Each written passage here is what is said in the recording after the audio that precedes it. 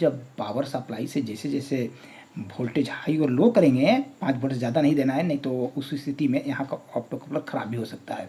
तो यहाँ जैसे जैसे यहाँ का वोल्टेज हाई लो कर रहे हैं डीसी पावर सप्लाई का, तो उसी अनुसार से यहाँ जो है ऑप्टो कपलर के 3 और 4 नंबर लेग आपस में कम और ज़्यादा सटेंगे।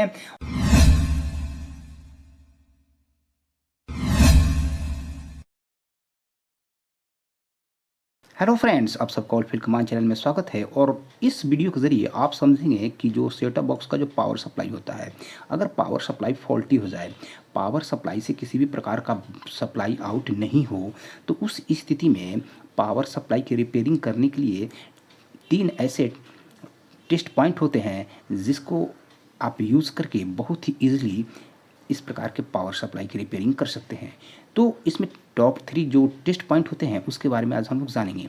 सबसे पहला जो टेस्ट पॉइंट होता है वो ये होता है कि ये जो सबसे बड़ा जो कैपेसिटर लगा होता है, जिसको हम लोग फ़िल्टर कैपेसिटर बोलते हैं, यहाँ लगभग 300 वोल्ट की सप्लाई मिलनी चाहिए। अगर 300 वोल्ट की सप्लाई मिले तो ये समझेंगे कि यहाँ से लेकर यहाँ तक के जो कंपोनेंट लगे हुए हैं, जैसे कि यहाँ फ्यूज़ लगा होता है, इसके अंदर फ्यूज़ लगा हुआ है, इसके बाद यहाँ जो है लाइन फ़िल्टर लगा हुआ है, यहाँ जो है ब्रिज रेक्टिफिकेशन में 4 डायोड लगे हुए हैं। तो ये सभी को सही मानेंगे कब? जब यहाँ लगभग 300 वोल्ट की सप्लाई प्राप्त हो तब। तो इसको हम लोग यहाँ से लेकर यहाँ तक जो सेक्शन है, इसको हम लोग AC to DC converter stage बोलते हैं। इस पीसीबी को पलटते हुए यहाँ समझेंगे कि यहाँ फ़िल्टर जो कैपेसिटर लगा होता है, इस कैपेसिटर में यहाँ नेगेटिव है और यहाँ पॉजिटिव का टर्मिनल जुड़ा होता है। तो यहाँ लगभग हमको 300 वोल्ट की सप्लाई मिलनी चाहिए। अगर 300 वोल्ट की सप्लाई मिले तो अभी हम लोग समझे कि यहाँ दिया जाने वाला AC सप्लाई, इसके बाद यहाँ से यहाँ एक फ्यूज़ लगा होता है और फ्यूज़ के बाद यहाँ एक लाइन फ़िल्टर लगा होता है और इसके बाद यहाँ जो है 4 डायोड लगे होते हैं। वो सबको सही मानेंगे कब? जब यहाँ लगभग 300 वोल्ट की सप्लाई मिले तब। तो इसको सप्लाई देते हुए यहाँ चेक करेंगे कि 300 वोल्ट की सप्लाई मिल रही कि नहीं मिल रही, यानी कि टेस्ट पॉइंट 1 इसे मानेंगे और यहाँ हम लोगों को लगभग 300 वोल्ट की सप्लाई मिलनी चाहिए। अगर मिले तो AC to DC converter stage को सही मानेंगे।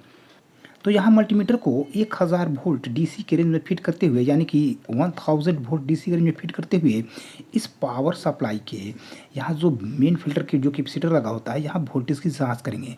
तो यहाँ मल्टीमीटर को यहाँ फिट करते हुए और इस पावर सप्लाई को सप्लाई देते हुए वोल्टेज की जांच करेंगे। तो देखिए, इस पावर सप्लाई को सप्लाई दे चुके हैं और अब देखेंगे हम लोग कि यहाँ पर वोल्ट प्राप्त हो रही है कि नहीं हो रही है। तो इस कैपेसिटर के निगेटिव पर रखेंगे काला तार, जबकि पॉजिटिव पर लाल तार जब रखेंगे तो देखेंगे कि यहाँ पर लगभग हमको 300 के आसपास वोल्ट प्राप्त होनी चाहिए। तो लगभग 300 के आसपास वोल्ट जो है यहाँ मिल रही है। यहाँ वोल्ट मिलने का मतलब है कि इसका AC टू DC कन्वर्टर से सही है। और यहाँ वोल्ट मिले और फिर भी इस पावर सप्लाई के आउटपुट से जो विभिन्न मान के वोल्ट निकलते हैं, अगर वो नहीं निकले तो उस स्थिति में हम लोग टेस्ट पॉइंट 2 के अंतर्गत, टेस्ट पॉइंट 1 में तो यहाँ वोल्टेज की जांच करेंगे और टेस्ट पॉइंट 2 में हम लोग इधर शॉर्टिंग की जांच करते हैं कि पावर सप्लाई के आउटपुट में कहीं शॉर्टिंग तो नहीं है। और शॉर्टिंग की जांच करने के बाद उसके बाद टेस्ट पॉइंट 3 के बारे में हम लोग समझेंगे। तो देखिए, यहाँ शॉर्टिंग की जांच कैसे करेंगे, तो इस पावर सप्लाई के सप्लाई को काटते हुए और यहाँ समझेंगे कि पावर सप्लाई के आउटपुट से विभिन्न मान के वोल्ट आउट होते निकलते हैं। तो देखिएगा कि एक यहाँ से यहाँ डायोड के द्वारा एक वोल्ट यहाँ प्राप्त होता है और इसके बाद एक डायोड यहाँ लगा होता है और एक डायोड यहाँ से यहाँ लगा होता है और एक डायोड यहाँ से यहाँ लगा होता है। तो पावर सप्लाई की आउटपुट में जो भी डायोड लगे होते हैं, उन सभी डायोड के कैथोड पर हमको शॉर्टिंग की जांच करनी होती है। तो यहाँ देखेंगे कि एक डायोड जो यहाँ लगा होता है उसका यहाँ कैथोड होता है और यहाँ एनोड होता है। कैथोड का मतलब है कि यहाँ पर रंग की धारी बनी होगी। ठीक इसी प्रकार से यहाँ एक डायोड लगा होता है और जिस डायोड का यहाँ कैथोड होता है और यहाँ एनोड, तो कैथोड पर हम लोग शॉर्टिंग की जांच करेंगे। तो देखिए, मल्टीमीटर को सबसे पहले हम लोग कंटिन्यूटी के रेंज में फिट कर देंगे, यानी कि डायोड के रेंज में मल्टीमीटर को फिट कर देंगे और फिट करने के बाद मल्टीमीटर के दोनों जो प्रोब को जब आपस में जब टच करेंगे तो देखेंगे कि यहाँ पर बीप की आवाज़ प्राप्त होगी। अब इसी रेंज में इस मल्टीमीटर के ज़रिए हम लोग आउटपुट में शॉर्टिंग की जांच करेंगे। कब? जब पावर सप्लाई के आउटपुट से किसी भी प्रकार का वोल्ट आउट नहीं हो, तो उस स्थिति में इस मल्टीमीटर के द्वारा सेकेंड पोजीशन में, यानी फर्स्ट में तो यहाँ हम लोग जो है वोल्टेज की जांच करेंगे और सेकेंड पोजीशन में आउटपुट में शॉर्टिंग की जांच करेंगे। तो देखिए, मल्टीमीटर के काला तार को, ये लंबी जो चौड़ी पट्टी है, इसको हम लोग ग्राउंड मानते हैं। तो मल्टीमीटर के काला तार को यहाँ फिट कर देंगे और जबकि लाल तार से बारी बारी से जितनी भी डायोड हैं वे सभी डायोड के कैथोड पर रखेंगे और रखने पर मल्टीमीटर से बीप की आवाज़ प्राप्त नहीं होनी चाहिए। अगर बीप की आवाज़ प्राप्त भी हो तो आकर के भाग जानी चाहिए, यानी कि परमानेंट बीप की आवाज़ प्राप्त नहीं होनी चाहिए। तो देखिए मल्टीमीटर के तार को यहाँ रखे, किसी प्रकार की बीप की आवाज़ प्राप्त नहीं हो रही है। ठीक इसी प्रकार से एक डायोड यहाँ लगा होता है और इस डायोड का यहाँ कैथोड होता है जबकि यहाँ एनोड है। कैथोड का मतलब है कि यहाँ रंग की धारी बनी होगी, तो यहाँ भी बीप की आवाज़ प्राप्त नहीं हो रही है। ठीक इसी प्रकार से देखिएगा कि एक यहाँ से यहाँ डायोड लगा होता है और डायोड का यहाँ कैथोड होता है जबकि यहाँ एनोड यानी कि यहाँ रंग की धारी बनी होगी, तो यहाँ भी बीप की आवाज़ प्राप्त नहीं हो रही है। ठीक इसी प्रकार से एक डायोड यहाँ लगा होता है, यहाँ भी बीप की आवाज़ प्राप्त नहीं हो रही है। तार को पलट करके जब चेक करेंगे तो नंबर में अंतर आना चाहिए, यानी कि एक बार यहाँ जब चेक किए तो नंबर हाई शो करेगा और दूसरी बार जब चेक करेंगे तो नंबर लो शो करना चाहिए। तो यहाँ जब पलट करके चेक करेंगे तो देखेंगे कि यहाँ पर नंबर में अंतर। अब यहाँ बीप की आवाज़ प्राप्त हुई लेकिन बीप की आवाज़ आकर के चली गई, यानी कि बीप की आवाज़ परमानेंट प्राप्त नहीं होनी चाहिए। तो यहाँ देख रहे हैं कि जब तार को पलट कर जब चेक किए तो यहाँ पर नंबर शो हो रहा है, लेकिन एक तरफ से नंबर हाई और एक तरफ से अगर लो शो करे तो समझिए कि पावर सप्लाई में शॉर्टिंग नहीं है। ठीक इसी तरीके से यहाँ डायोड लगा होता है और डायोड का यहाँ कैथोड होता है, यानी कि रंग की धारी बनी होती है। यहाँ जब रखे तो परमानेंट बीप की आवाज़ प्राप्त नहीं हो रही है और नंबर शो हो रहा है, तो एक तरफ से नंबर शो करना चाहिए और दूसरी तरफ से नंबर नहीं शो करना चाहिए, या जो है हाई नंबर शो करना चाहिए। एक तरफ से लो और एक तरफ से हाई नंबर शो करना चाहिए। ठीक इसी तरीके से एक यहाँ से यहाँ डायोड लगा होता है, डायोड का यहाँ कैथोड होता है यानी कि रंग की धारी बनी होती है। यहाँ चेक किए तो नंबर शो हो रहा है और अगर तार को पलट करके चेक करेंगे तो नंबर शो अगर हो भी तो हाई नंबर शो होना चाहिए। ठीक इसी तरीके से यहाँ चेक करेंगे तो परमानेंट बीप की आवाज़ प्राप्त नहीं होनी चाहिए। तो कहने का अर्थ ये है कि जितनी भी डायोड पावर सप्लाई के आउटपुट में लगे हुए हैं, यानी कि इस ट्रांसफार्मर के सेकेंडरी से रिलेटेड जितनी भी डायोड हैं, उन डायोड के रंग की जिधर धारी बनी होती है वहाँ बीप की आवाज़ प्राप्त नहीं होनी चाहिए, परमानेंट बीप की आवाज़ प्राप्त नहीं होनी चाहिए। अगर प्राप्त नहीं हो तो ये समझेंगे कि पावर सप्लाई के आउटपुट में शॉर्टिंग नहीं है। ये शॉर्टिंग की जाँच कब करेंगे? जब पावर सप्लाई के आउटपुट से किसी भी प्रकार का वोल्ट आउट नहीं हो, यानी कि सेट डेड की स्थिति हो। तो सेट डेड की स्थिति में नंबर 1 टेस्ट पॉइंट में हम लोग यहाँ वोल्टेज की जांच करेंगे 300 वोल्ट, और नंबर 2 में हम लोग आउटपुट में शॉर्टिंग की जांच करेंगे, जो कि कर लिए। इसके बाद नंबर 3 में अब हम कैसे समझेंगे कि खराबी इस आईसी से रिलेटेड है या यहाँ से यहाँ लगा हुआ फीडबैक स्टेज होता है, जो कि पावर सप्लाई के वोल्टेज को कंट्रोल करने का काम करता है। तो यहाँ से यहाँ लगा हुआ फीडबैक स्टेज में भी खराबी हो जाने पर पावर सप्लाई के आउटपुट से वोल्ट आउट नहीं होते हैं, यानी कि पावर सप्लाई डेड के पोजीशन में चला जाता है, या फीडबैक स्टेज में खराबी हो जाने से अनरेगुलेटेड सप्लाई आउट होते हैं, यानी कि सप्लाई या तो आवश्यकता से अधिक या आवश्यकता से कम सप्लाई आउट होगी, निकलेंगे। तो सेट डेड की स्थिति में कैसे समझेंगे कि खराबी इस फीडबैक स्टेज से रिलेटेड है या इस आईसी से रिलेटेड है? इसकी जांच करने के लिए टेस्ट पॉइंट 3 के अंतर्गत अब हम लोग बहुत ही इजी वे में समझ पाएंगे कि इस फीडबैक स्टेज की जांच मात्र कुछ ही मिनटों में कैसे कर पाएंगे। तो इसके बारे में इस वीडियो के जरिए हम लोग समझेंगे। तो देखिए, यह फीडबैक स्टेज यहाँ से यहाँ तक जो लगा हुआ जो फीडबैक स्टेज है, इसकी जांच करने के लिए हम लोग को करना क्या है कि यहाँ ऑप्टो कपलर लगा होता है। ऑप्टो कपलर का यहाँ टर्मिनल नंबर 1 होता है। टर्मिनल नंबर 1 की पहचान ये है कि ऑप्टो कपलर की एक तरफ जो इसका जो कंपोनेंट साइड की तरफ से देखेंगे तो ऑप्टो कपलर के एक तरफ बिंदु बना होता है, यानी कि पॉइंट बना होता है, तो उसको 1 मानते हैं। तो यहाँ ऑप्टो कपलर का टर्मिनल नंबर 1 होता है, यहाँ 2, यहाँ 3 और यहाँ 4। तो इस ऑप्टो कपलर के 3 और 4 का कनेक्शन प्राइमरी साइड से होता है, जबकि 1 और 2 का कनेक्शन सेकेंडरी साइड से, पावर सप्लाई के सेकेंडरी साइड से होता है। इस लाइन को यानी कि ऑप्टो कपलर के 3 और 4 नंबर टर्मिनल को ये पता लगाने के लिए कि खराबी इधर की है या इधर की है, 3 और 4 नंबर टर्मिनल के ट्रिक को हम लोग डिस्कनेक्ट करेंगे, यानी कि काटेंगे। यहाँ से यहाँ ट्रिक को काट देंगे और काटने के बाद हम लोग बहुत ही ईजी वे में ये पता करेंगे कि यह क्या फीडबैक स्टेज में खराबी है कि नहीं है। अगर ये पता चल जाए कि फीडबैक स्टेज में खराबी नहीं है तो आप आसानी पूर्वक यहाँ लगा हुआ आईसी और आईसी से रिलेटेड कुछ कंपोनेंट लगे होते हैं। जब अगर फीडबैक स्टेज यहाँ से यहाँ लगा हुआ जो फीडबैक स्टेज है, अगर वो फीडबैक स्टेज सही हो तो फिर भी आउटपुट से किसी भी प्रकार का वोल्ट आउट नहीं हो तो खराबी आईसी की होगी या आईसी से रिलेटेड कंपोनेंट की होगी। लेकिन मुख्य रूप से आईसी की ही खराबी होती है। कब? जब फीडबैक स्टेज सही हो तब। तो इसमें फीडबैक स्टेज की जांच करने के लिए हम लोग करेंगे क्या कि यहाँ से यहाँ लगे हुए ट्रैक को हम लोग डिस्कनेक्ट करेंगे। इस ट्रैक को काटेंगे और काटने के बाद फिर पावर सप्लाई की हम लोग जांच करेंगे। तो देखिए इसकी ट्रे को हम लोग काट रहे हैं और काटने के बाद इसके बाद हम लोग यहाँ इस लाइन की हम लोग जांच करेंगे। तो यहाँ से लगा हुआ इस ट्रे को डिस्कनेक्ट कर रहे हैं, काट रहे हैं और काटने के बाद हम लोग फिर चेक करेंगे कि क्या डिस्कनेक्ट हुआ है कि नहीं हुआ। और यहाँ जो है डिस्कनेक्ट चेक करते हैं, कंटिन्यूटी के रेंज में मल्टीमीटर को फिट कर देंगे। और फिट करने के बाद अब यहाँ जो है इस मल्टीमीटर के दोनों प्रोब को आपस में सटाएंगे, टच करेंगे तो बीप की आवाज़ प्राप्त होगी। तो यहाँ देख रहे हैं कि बीप की आवाज़ प्राप्त हो रही है। अब देखेंगे कि ऑप्टो कपलर का इस ट्रैक का कनेक्शन यहाँ से है। तो देखते हैं कि बीप की आवाज़ प्राप्त हो रही है कि नहीं हो रही है। तो नहीं हो रही है, इसका मतलब कि इसका ट्रैक जो है डिस्कनेक्ट हो चुका है। ठीक इसी तरीके से इस ट्रैक का कनेक्शन ऐसे होते हुए यहाँ से है। तो यहाँ रखने पर देखेंगे कि बीप की आवाज़ प्राप्त नहीं हो रही है। तो इसका मतलब है कि ये जो है दोनों जो ट्रैक हैं वो ट्रैक जो है इस आईसी के साइड से डिस्कनेक्ट हो चुके हैं। अब क्या करेंगे कि यहाँ अब हम लोग मल्टीमीटर के द्वारा मल्टीमीटर के ज़रिए हम लोग कंटिन्यूटी की जांच करेंगे। इस मल्टीमीटर को हटाते हुए और अब एनालॉग मल्टीमीटर ले लेंगे। तो इस मल्टीमीटर को हटा दिए और हटाने के बाद में यहाँ एनालॉग मल्टीमीटर ले लेंगे। एनालॉग मल्टीमीटर को हम लोग कंटिन्यूटी के रेंज में फिट कर देंगे। और फिट करने के बाद यहाँ देखेंगे कि दोनों जब एनालॉग मल्टीमीटर के दोनों प्रोब को आपस में जब टच कर रहे हैं तो मल्टीमीटर की सुई आगे की ओर जा रही है। इस ऑप्टो कपलर के 3 और 4 नंबर टर्मिनल की हम लोग कंटिन्यूटी की जांच करेंगे। तो देखिए ये यहाँ और यहाँ रखे तो यहाँ किसी भी प्रकार का कंटिन्यूटी शो नहीं हो रहा है। इसको तार को पलट कर भी चेक कर रहे हैं तो कंटिन्यूटी शो नहीं हो रहा है। साथ ही साथ इस ऑप्टो कपलर के 3 और 4 का कनेक्शन है या तो वो आपका सेकेंडरी साइड हो या प्राइमरी साइड हो, किसी भी कंपोनेंट से ये देखिएगा कि यह कंटिन्यूटी शो नहीं करेंगे। इस 3 और 4 पर मल्टीमीटर के ये दोनों तार को परमानेंट फिट करेंगे।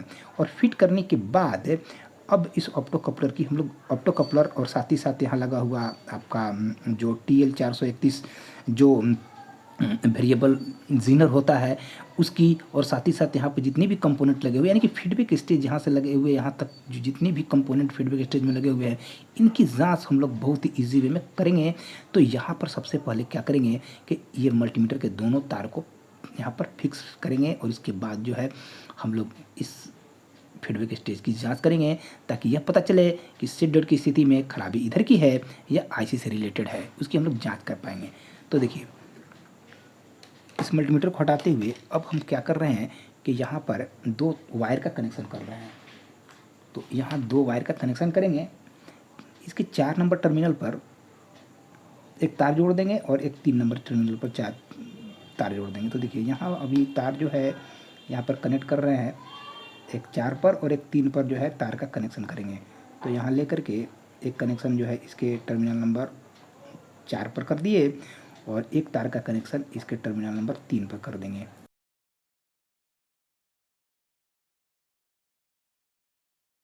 तो वायर के साथ लगा हुआ जो सॉकेट है इस सॉकेट के साथ हम लोग एनालॉग मल्टीमीटर को फिट करेंगे और एनालॉग मल्टीमीटर को 1 मेगा ओम के रेंज में फिट कर देंगे, 1 मेगा ओम के रेंज में फिट करेंगे। तो देखेंगे कि ये एनालॉग मल्टीमीटर है और इस मल्टीमीटर में यहाँ जो है 1 मेगा ओम के रेंज में इसको फिट कर दिए है। और फिट करने के बाद इसके दोनों तार को लेकर के यहाँ 3 और 4 के साथ कनेक्ट करेंगे। ऑप्टो कपलर के 3 और 4 के साथ ये मल्टीमीटर के दोनों तार को कनेक्ट करेंगे। तो यहाँ मल्टीमीटर का जो 2 तार हैं, एक लाल और एक काला, तो इसमें काला तार को इस ऑप्टो कपलर के 4 नंबर टर्मिनल से फिट करेंगे जबकि रेड प्रोब को इस ऑप्टो कपलर के 3 नंबर टर्मिनल से फिट करेंगे। तो देखिए यहाँ काला तार को ऑप्टो कपलर के 4 नंबर टर्मिनल के साथ कनेक्ट कर रहे हैं और जबकि लाल तार को ऑप्टो कपलर के 3 नंबर टर्मिनल के साथ कनेक्ट कर दिए। और कनेक्ट करने के बाद अब ये दोनों सभी तार को, ये दोनों तार जितने भी तार हैं ये सब तार को एक जगह एडजस्ट कर देंगे। यहाँ एडजस्ट कर दे रहे हैं और यहाँ एडजस्ट कर दिए मल्टीमीटर के दोनों तार को।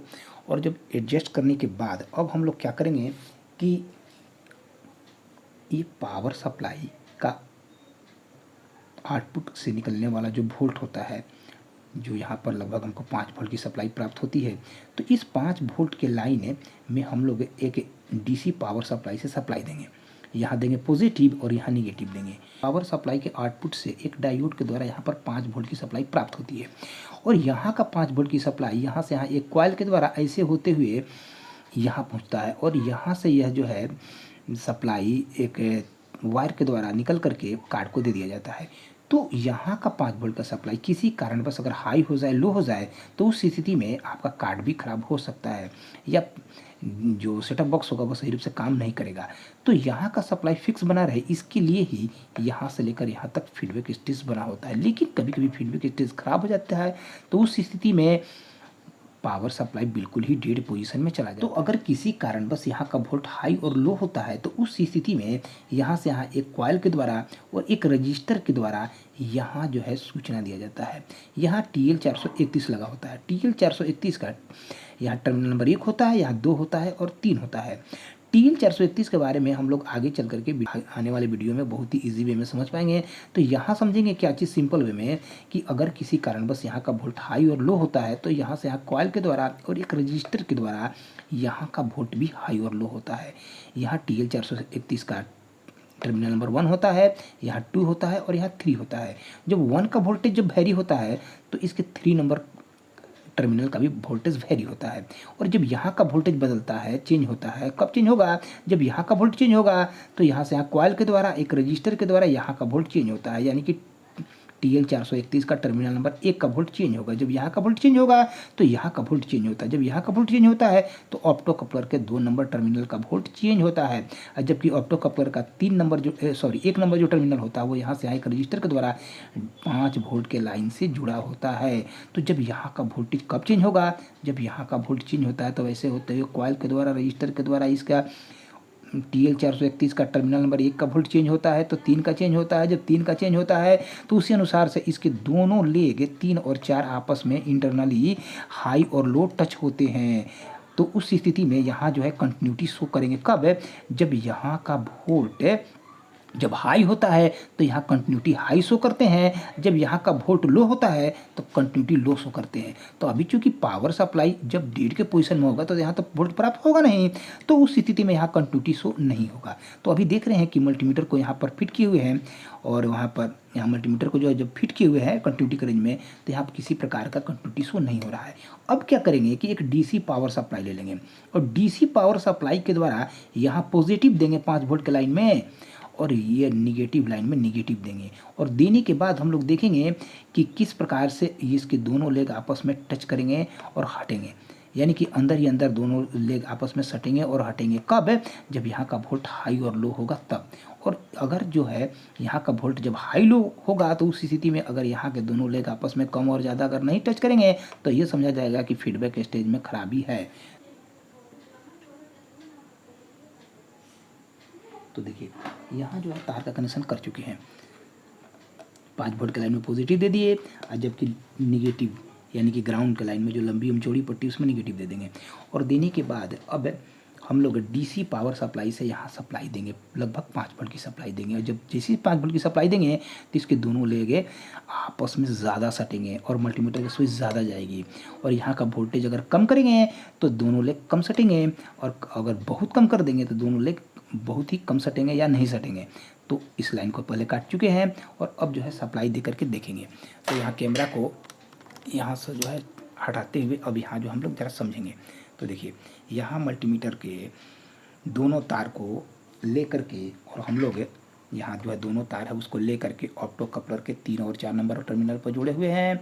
और साथ ही साथ है यहाँ जो है किसी भी प्रकार का इसके प्राइमरी साइड में किसी भी प्रकार का सप्लाई जो है नहीं दिए हुए हैं। इसको देखिएगा कि यहाँ जो हटा दिया गया है, जो यहाँ पर 5 वोल्ट की जो सप्लाई देना है, तो इसके लिए इसको ले करके और हम लोग जो डीसी पावर सप्लाई होता है वहाँ जो है इसके कनेक्शन किए हुए हैं।